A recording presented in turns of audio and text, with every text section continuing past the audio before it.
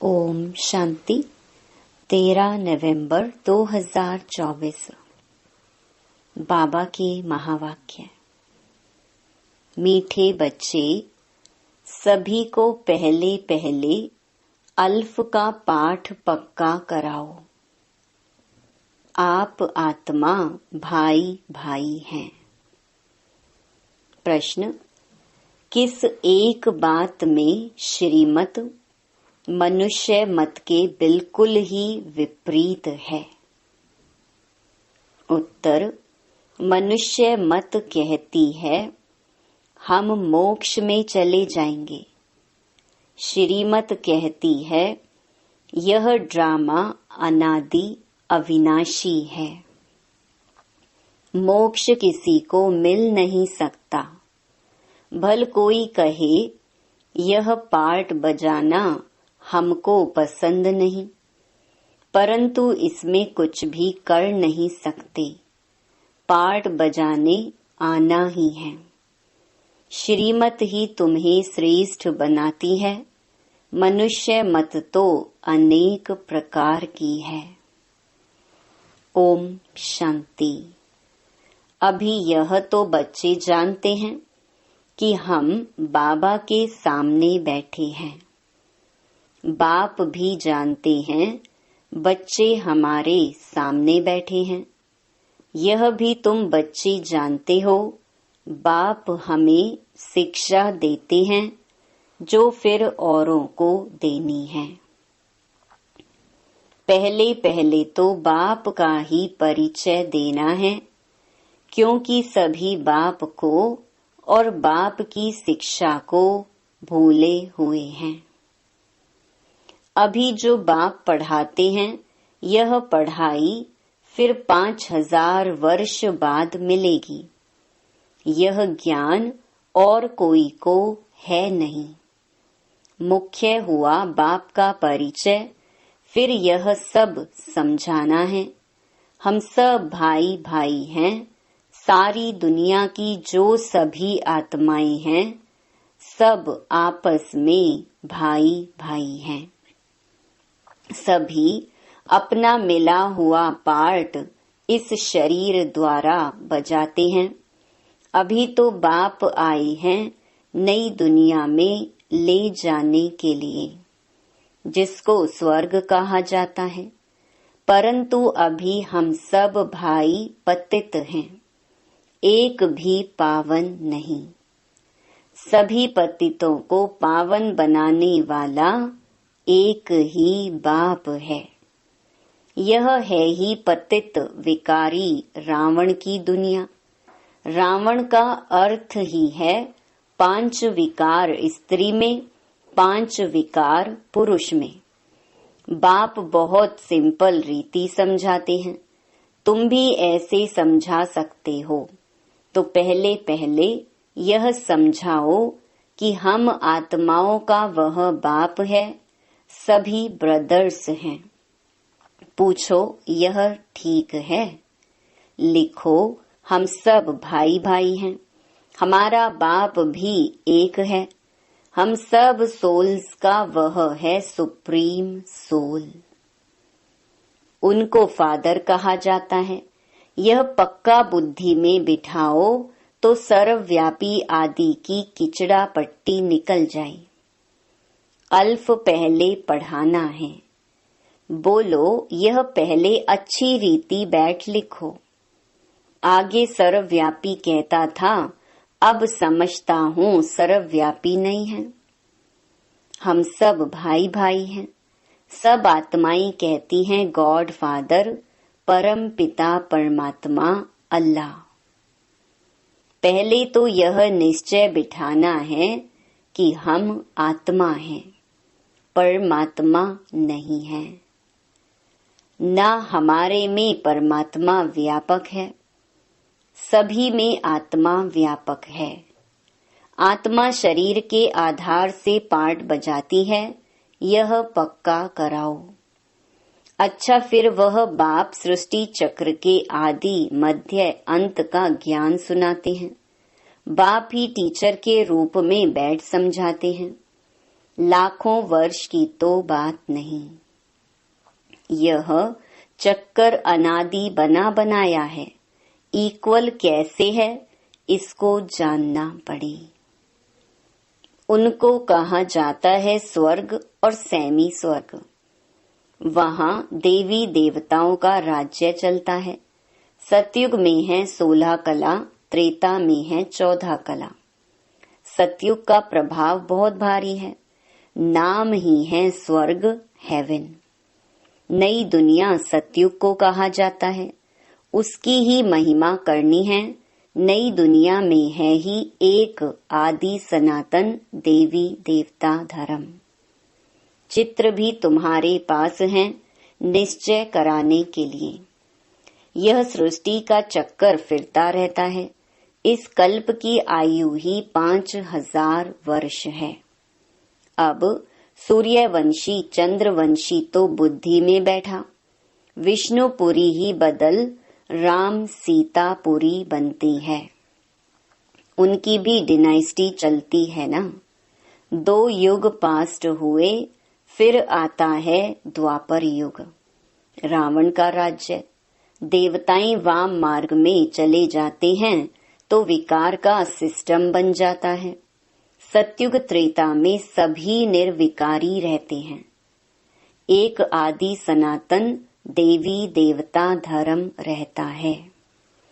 चित्र भी दिखाना है, ओरली भी समझाना है। बाप हमको टीचर होकर ऐसे पढ़ाते हैं। बाप अपना परिचय खुद ही आकर देते हैं। खुद कहते हैं मैं आता हूँ पतितों को पावन बनाने के लिए, तो मुझे शरीर जरूर चाहिए, नहीं तो बात कैसे करूं। मैं चैतन्य हूँ, सत्य हूँ और अमर हूँ। सतो रजो तमो में आत्मा आती है। आत्मा ही पतित, आत्मा ही पावन बनती है। आत्मा में ही सब संस्कार हैं। पास्ट के कर्म व विकर्म का संस्कार आत्मा ले आती है। सतयुग में तो विकर्म होता नहीं। कर्म करते हैं, पार्ट बजाते हैं, परंतु वह कर्म अकर्म बन जाता है। गीता में भी अक्षर हैं। अभी तुम प्रैक्टिकल में समझ रहे हो, जानते हो बाबा आया हुआ है पुरानी दुनिया को बदल नई दुनिया बनाने। जहाँ कर्म अकर्म हो जाते हैं उनको ही सतयुग कहा जाता है, और यहाँ फिर यह कर्म विकर्म ही होते हैं जिसको कलयुग कहा जाता है। तुम अभी हो संगम पर। बाबा दोनों ही तरफ की बात सुनाते हैं। एक एक बात अच्छी रीति समझे। बाप टीचर ने क्या समझाया। अच्छा, बाकी है गुरु का कर्तव्य। उनको बुलाया ही है कि आकर हम पतितों को पावन बनाओ। आत्मा पावन बनती है, फिर शरीर भी पावन बनता है। जैसे सोना वैसे जेवर भी बनता है। 24 कैरेट का सोना लेंगे और खाद नहीं डालेंगे तो जेवर भी ऐसा सतो प्रधान बनेगा। अलॉय डालने से फिर तमो प्रधान बन पड़ता है, क्योंकि खाद पड़ती है ना। पहले भारत 24 कैरेट पक्के सोने की चिड़िया था, अर्थात सतो प्रधान नई दुनिया थी, फिर अब तमो प्रधान है। पहले प्योर सोना है, नई दुनिया पवित्र, पुरानी दुनिया अपवित्र। खाद पड़ती जाती है। यह बाप भी समझाते हैं और कोई मनुष्य गुरु लोग नहीं जानते। बुलाते हैं आकर पावन बनाओ। सतगुरु का काम है वानप्रस्थ अवस्था में मनुष्यों को गृहस्थ से किनारा कराना। तो यह सारी नॉलेज ड्रामा प्लान अनुसार बाप ही आकर देते हैं। वह है मनुष्य सृष्टि का बीज रूप। वही सारे वृक्ष की नॉलेज समझाते हैं। शिव बाबा का नाम सदैव शिव ही है। बाकी आत्माएं सब आती हैं पार्ट बजाने, तो भिन्न भिन्न नाम धराती हैं। बाप को बुलाते हैं परंतु उन्हें जानते नहीं। वह कैसे भाग्यशाली रथ में आते हैं तुमको पावन दुनिया में ले जाने। तो बाप समझाते हैं, मैं उनके तन में आता हूँ जो बहुत जन्मों के अंत में है। पूरा 84 जन्म लेते हैं। राजाओं का राजा बनाने के लिए इस भाग्यशाली रथ में प्रवेश करना होता है। पहले नंबर में है श्री कृष्ण, वह है नई दुनिया का मालिक। फिर वही नीचे उतरते हैं, सूर्यवंशी, चंद्रवंशी, फिर वैश्य, शूद्रवंशी, फिर ब्रह्मा वंशी बनते हैं। गोल्डन से सिल्वर, फिर तुम आयरन से गोल्डन बन रहे हो। बाप कहते हैं, मुझ एक अपने बाप को याद करो जिसमें मैंने प्रवेश किया है। इनकी आत्मा में तो जरा भी यह नॉलेज नहीं थी। इनमें मैं प्रवेश करता हूँ, इसलिए इनको भाग्यशाली रथ कहा जाता है। खुद कहते हैं, मैं इनके बहुत जन्मों के अंत में आता हूँ। गीता में अक्षर एक्यूरेट है। गीता को ही सर्वशास्त्रमयी शिरोमणि कहा जाता है। इस संगम युग पर ही बाप आकर ब्राह्मण कुल और देवी देवता कुल की स्थापना करते हैं। औरों का तो सबको मालूम है ही, इनका कोई को पता नहीं है। बहुत जन्मों के अंत में अर्थात संगम युग पर ही बाप आते हैं। बाप कहते हैं, मैं बीज रूप हूँ। श्री कृष्ण तो है ही सतयुग का रहवासी, उनको दूसरी जगह तो कोई देख न सके। पुनर्जन्म में तो नाम, रूप, देश, काल सब बदल जाता है। पहले छोटा बच्चा सुंदर होता है, फिर बड़ा होता है, फिर वह शरीर छोड़ दूसरा छोटा लेता है। यह बना बनाया खेल है। ड्रामा के अंदर फिक्स है। दूसरे शरीर में तो उनको श्री कृष्ण नहीं कहेंगे। उस दूसरे शरीर पर नाम आदि फिर दूसरा पड़ेगा।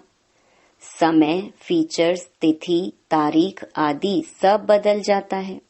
वर्ल्ड की हिस्ट्री, ज्योग्राफी हूबहू रिपीट कहा जाता है। तो यह ड्रामा रिपीट होता रहता है। सतो रजो तमो में आना ही है।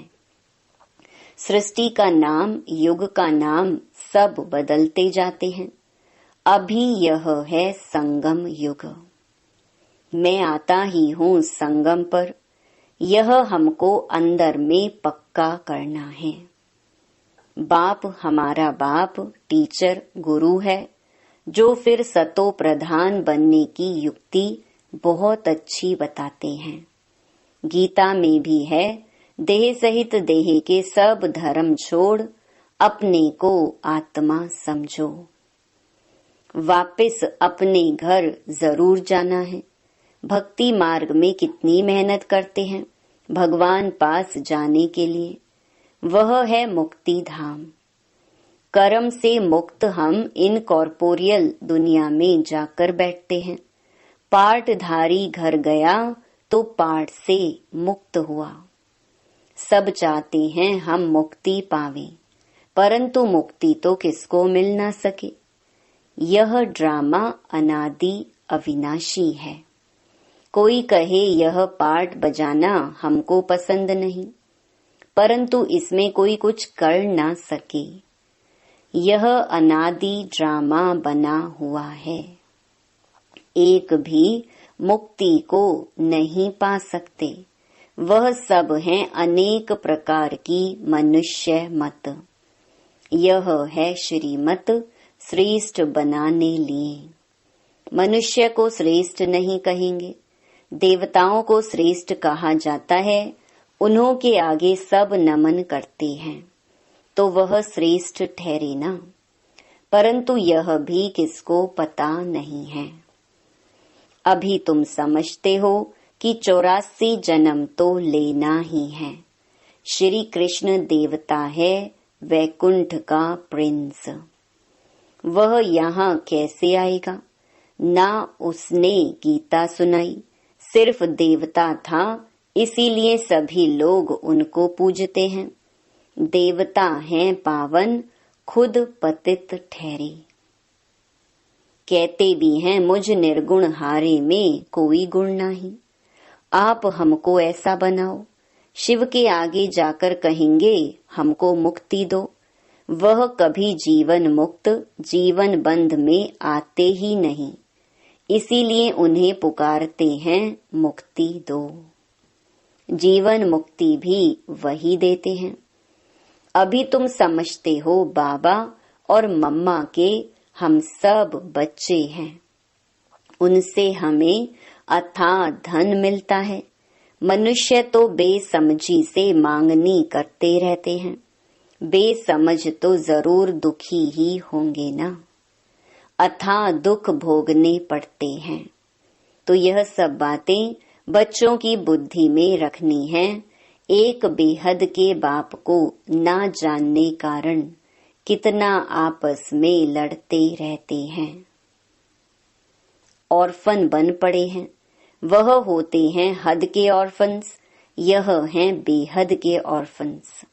बाप नई दुनिया स्थापन करते हैं। अभी है ही पतित आत्माओं की पतित दुनिया। पावन दुनिया सतयुग को कहा जाता है, पुरानी दुनिया कलयुग को। तो बुद्धि में यह सब बातें हैं ना। पुरानी दुनिया का विनाश हो जाएगा, फिर नई दुनिया में ट्रांसफर हो जाएंगे। अभी हम टेम्परेरी संगम युग पर खड़े हैं। पुरानी दुनिया से नई बन रही है। नई दुनिया का भी पता है। तुम्हारी बुद्धि अब नई दुनिया में जानी चाहिए। उठते बैठते यही बुद्धि में रहे कि हम पढ़ाई पढ़ रहे हैं। बाप हमको पढ़ाते हैं। स्टूडेंट को यह याद रहना चाहिए, फिर भी वह याद नंबरवार पुरुषार्थ अनुसार रहती है। बाप भी नंबरवार पुरुषार्थ अनुसार याद प्यार देते हैं। अच्छा पढ़ने वाले को टीचर जरूर प्यार जास्ती करेंगे। कितना अंतर पड़ जाता है। अब बाप तो समझाते रहते हैं, बच्चों को धारणा करनी है। एक बाप के सिवाय और कोई तरफ बुद्धि ना जाए। बाप को याद नहीं करेंगे तो पाप कैसे कटेंगे। माया घड़ी घड़ी तुम्हारा बुद्धि योग तोड़ देगी। माया बहुत धोखा देती है। बाबा मिसाल देते हैं, भक्ति मार्ग में हम लक्ष्मी की बहुत पूजा करते थे। चित्र में देखा लक्ष्मी पांव दबा रही है तो उसे मुक्त करा दिया। उनकी याद में बैठते जब बुद्धि इधर उधर जाती थी तो अपने को थप्पड़ मारते थे। बुद्धि और तरफ क्यों जाती है? आखरीन विनाश भी देखा, स्थापना भी देखी। साक्षात्कार की आश पूरी हुई। समझा अब यह नई दुनिया आती है, हम यह बनेंगे। बाकी यह पुरानी दुनिया तो विनाश हो जाएगी। पक्का निश्चय हो गया। अपनी राजधानी का भी साक्षात्कार हुआ तो बाकी इस रावण के राज्य को क्या करेंगे? जबकि स्वर्ग की राजाई मिलती है। यह हुई ईश्वरीय बुद्धि। ईश्वर ने प्रवेश कर यह बुद्धि चलाई। ज्ञान कलश तो माताओं को मिलता है, तो माताओं को ही सब कुछ दे दिया। तुम कारोबार संभालो, सबको सिखलाओ। सिखलाते सिखलाते यहाँ तक आ गए।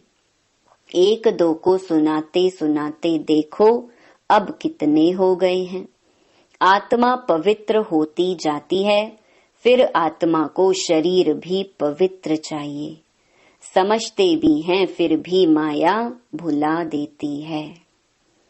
तुम कहते हो 7 रोज पढ़ो, तो कहते हैं कल आएंगे। दूसरे दिन माया खलास कर देती है, आते ही नहीं। भगवान पढ़ाते हैं तो भगवान से नहीं आकर पढ़ते हैं। कहते भी हैं हाँ जरूर आएंगे, परंतु माया उड़ा देती है, रेगुलर होने नहीं देती है। जिन्होंने कल्प पहले पुरुषार्थ किया वह जरूर करेंगे, और कोई हट्ठी है नहीं। तुम पुरुषार्थ बहुत करते हो, बड़े बड़े म्यूजियम बनाते हो। जिन्होंने कल्प पहले समझा है वही समझेंगे।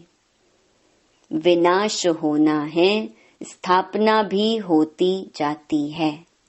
आत्मा पढ़कर फर्स्ट क्लास शरीर लेगी, एम ऑब्जेक्ट यह है ना। यह याद क्यों नहीं पड़ना चाहिए? अभी हम नई दुनिया में जाते हैं अपने पुरुषार्थ अनुसार।